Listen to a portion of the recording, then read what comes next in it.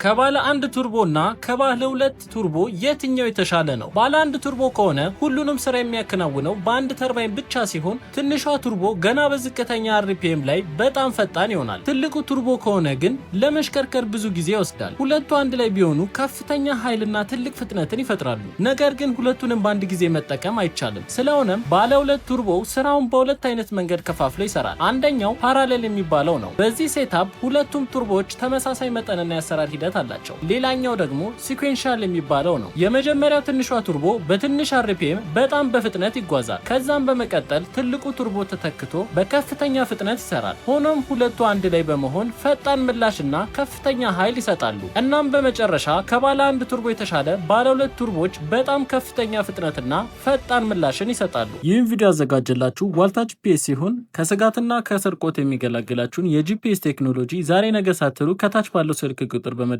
ያስገጥሙ።